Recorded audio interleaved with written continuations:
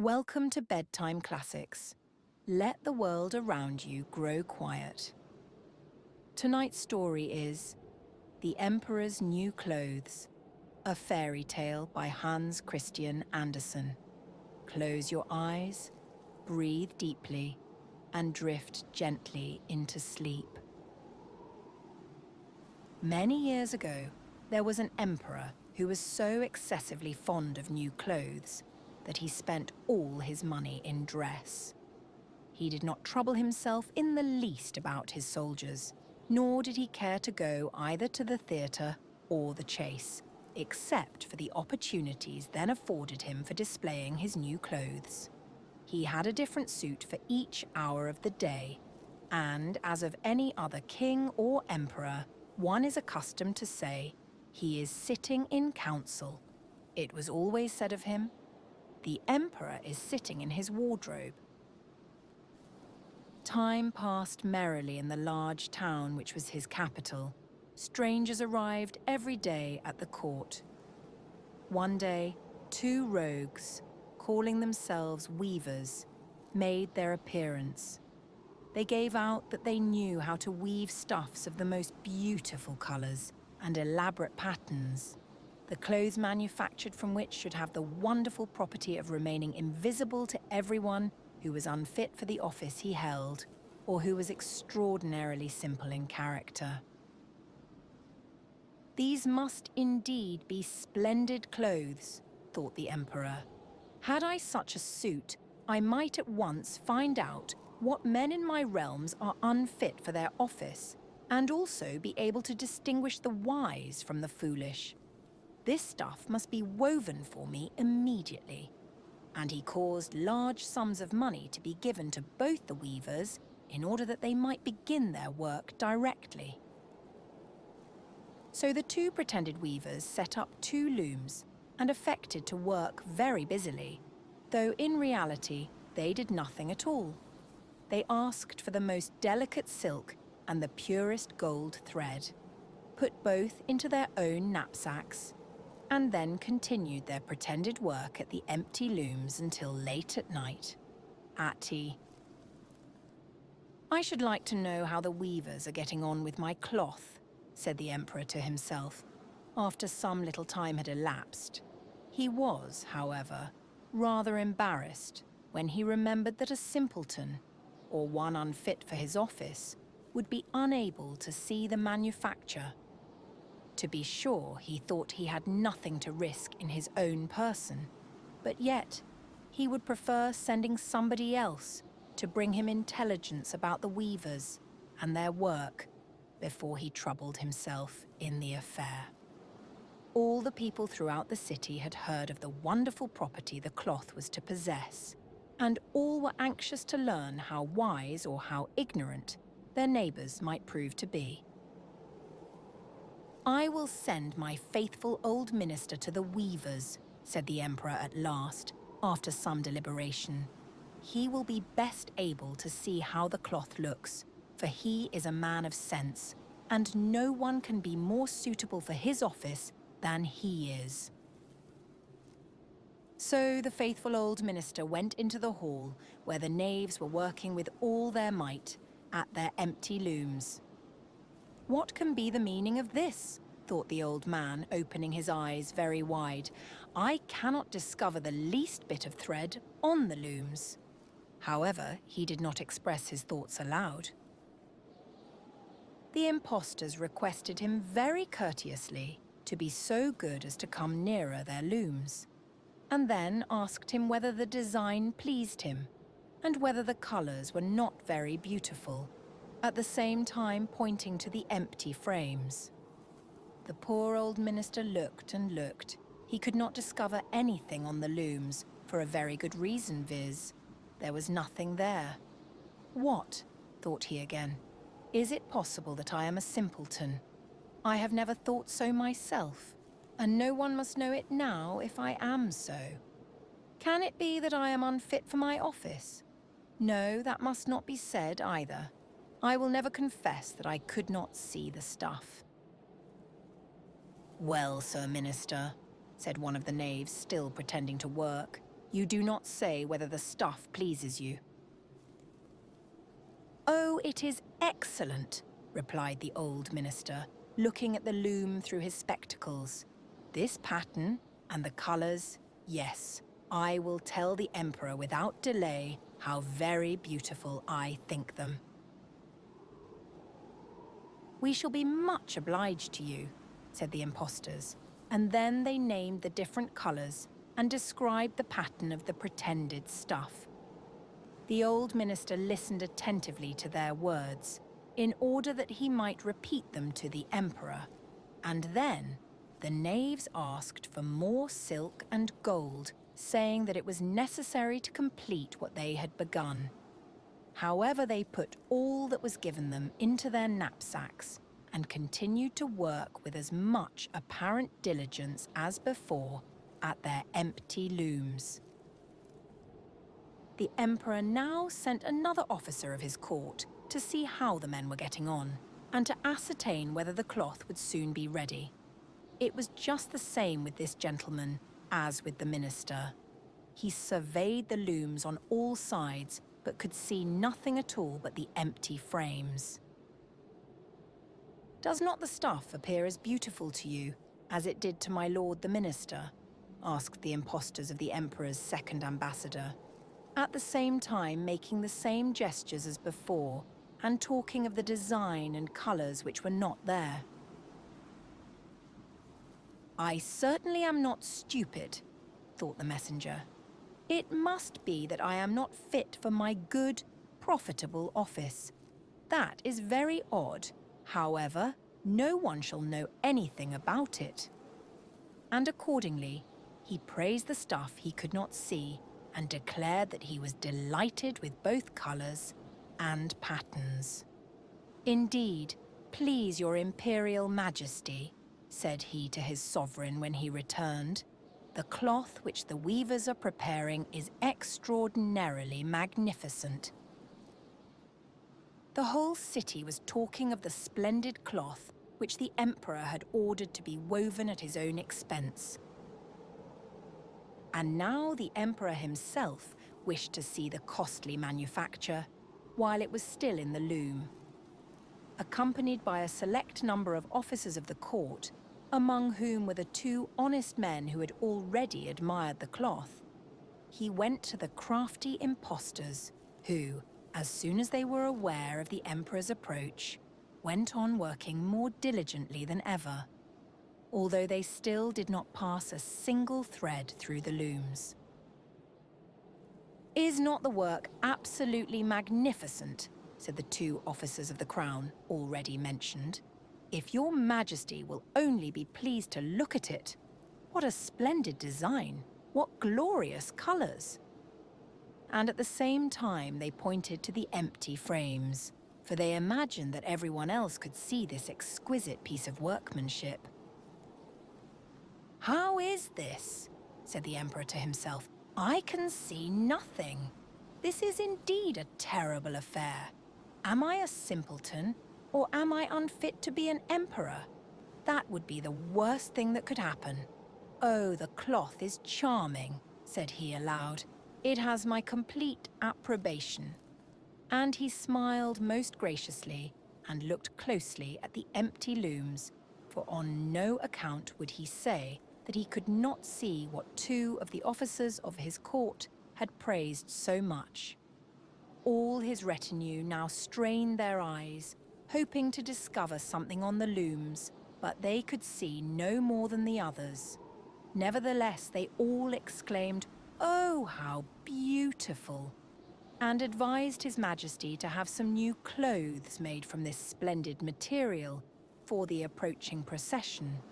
"Magnificent, charming, excellent," resounded on all sides, and everyone was uncommonly gay.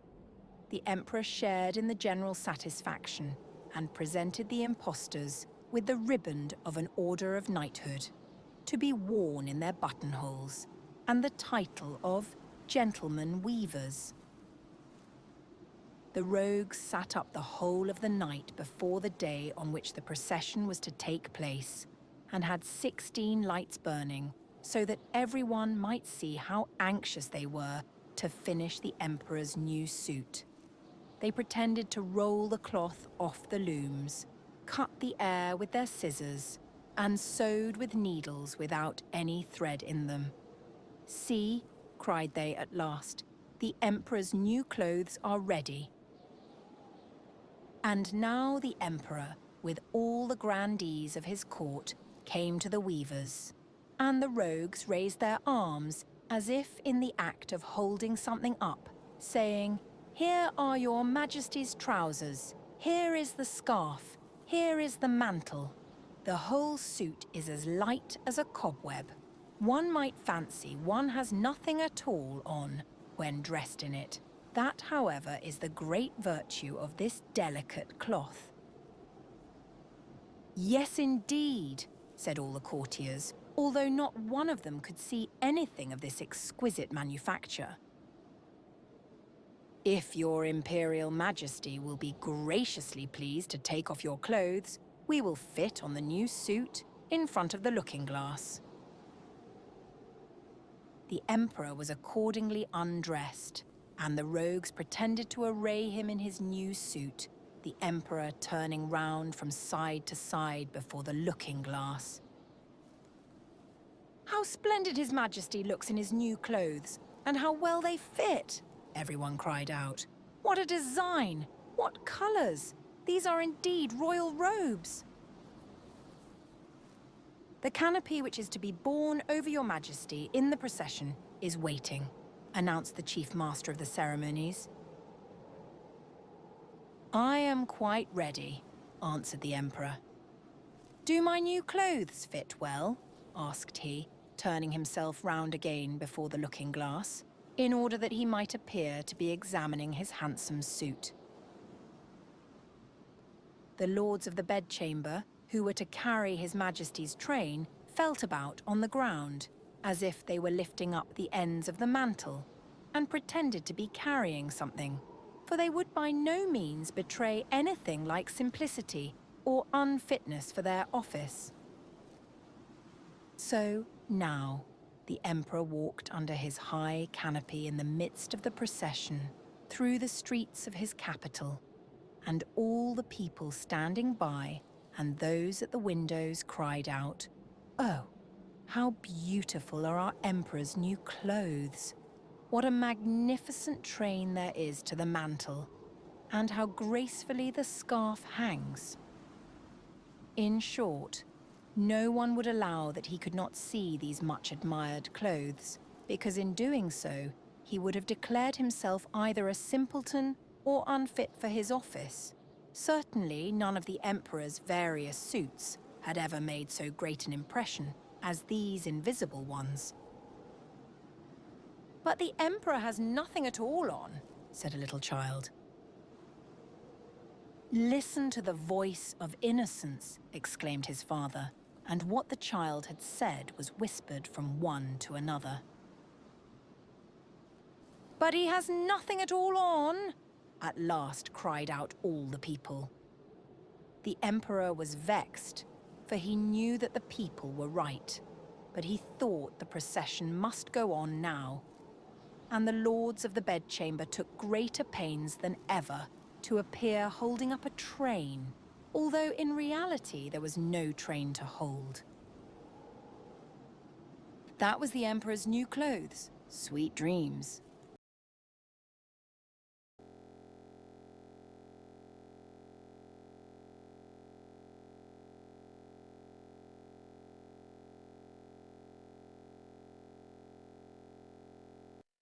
Welcome to Bedtime Classics.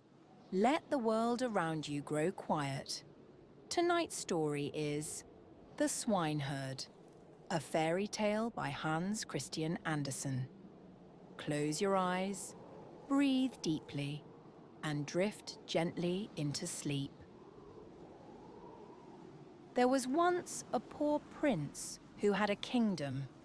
His kingdom was very small, but still quite large enough to marry upon, and he wished to marry.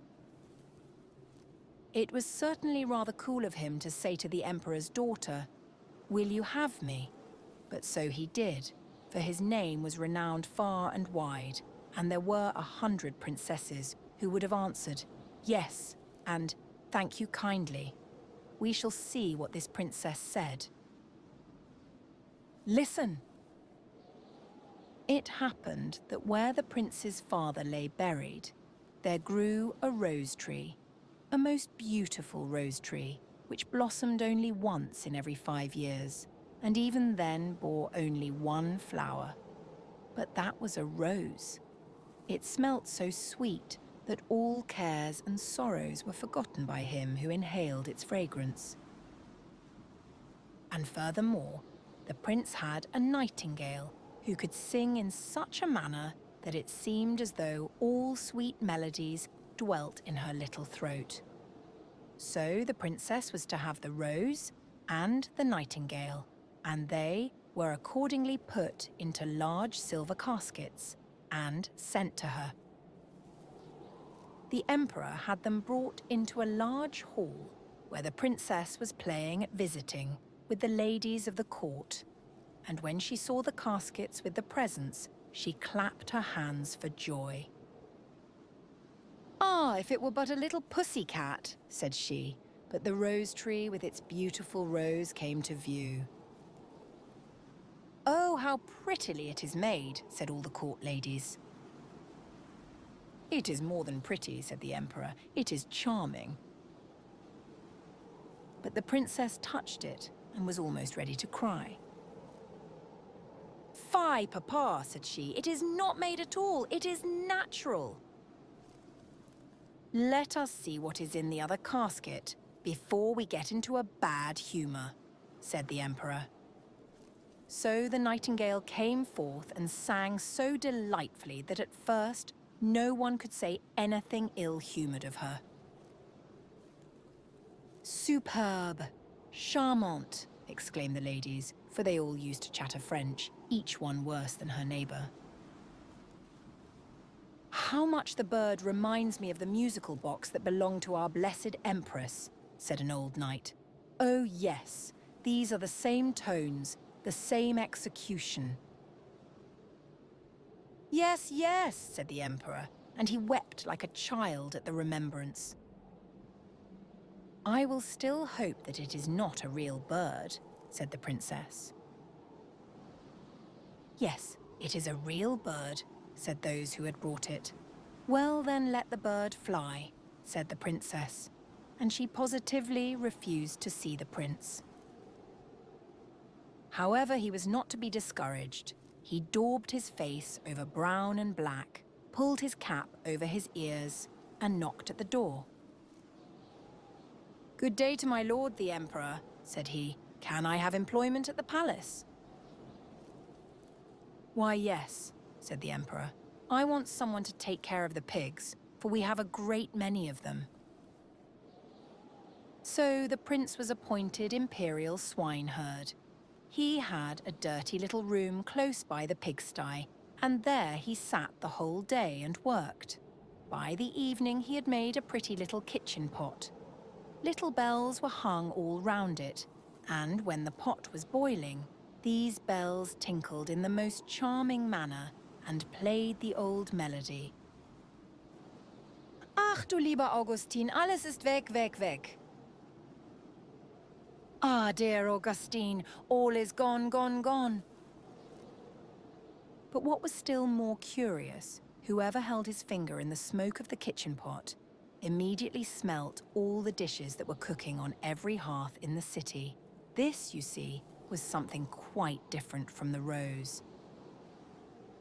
Now the princess happened to walk that way, and when she heard the tune, she stood quite still and seemed pleased, for she could play Lieber Augustine.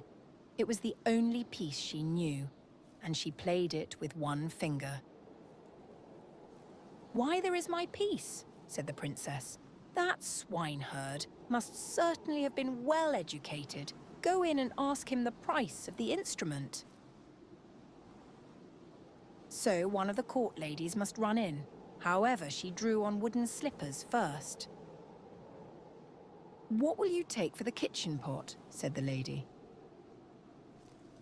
I will have 10 kisses from the princess, said the swineherd. Yes, indeed, said the lady.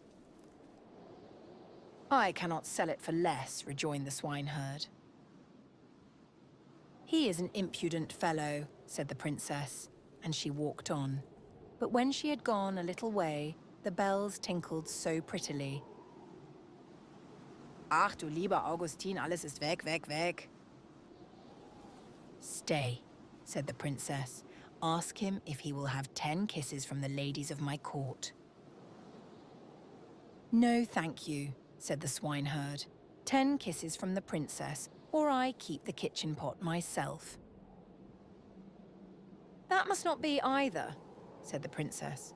But do you all stand before me, that no one may see us? And the court ladies placed themselves in front of her and spread out their dresses. The swineherd got 10 kisses, and the princess the kitchen pot. That was delightful. The pot was boiling the whole evening, and the whole of the following day. They knew perfectly well what was cooking at every fire throughout the city, from the chamberlains to the cobblers. The court ladies danced and clapped their hands. We know who has soup and who has pancakes for dinner today, who has cutlets and who has eggs. How interesting. Yes, but keep my secret, for I am an emperor's daughter.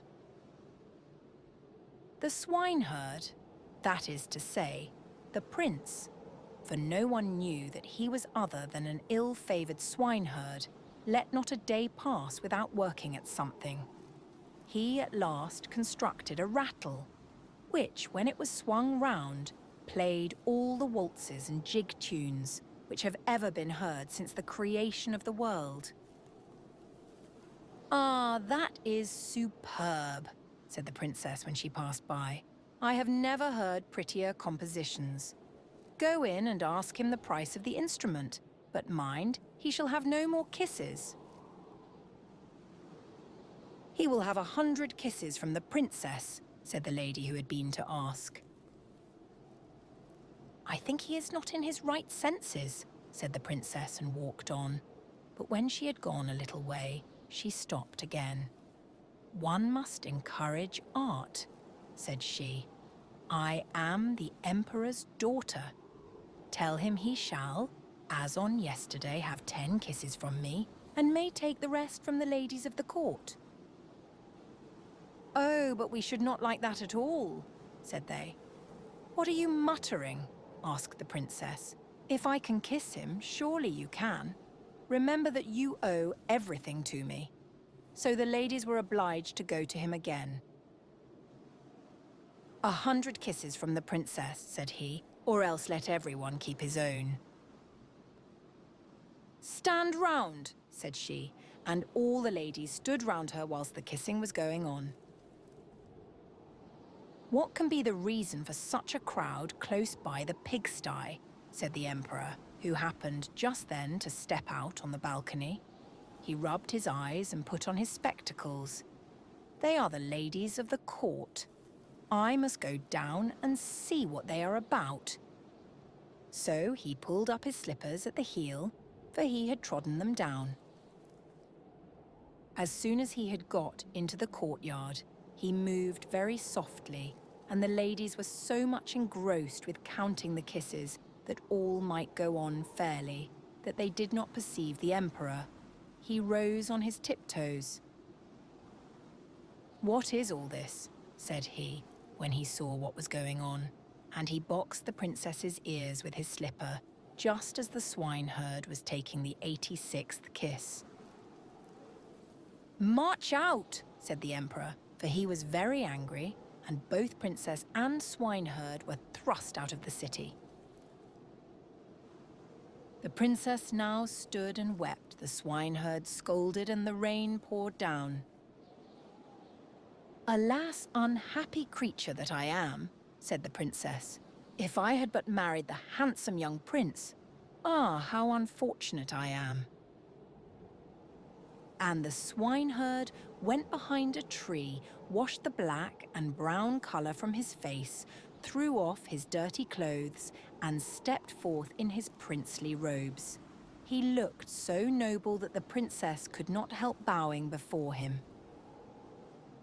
"I am come to despise thee," said he. "Thou wouldst not have an honourable prince. Thou couldst not prize the rose and the nightingale, but thou wast ready to kiss the swineherd for the sake of a trumpery plaything. Thou art rightly served." He then went back to his own little kingdom and shut the door of his palace in her face. Now she might well sing. Ach du lieber Augustin, alles ist weg, weg, weg. That was the swineherd, sweet dreams.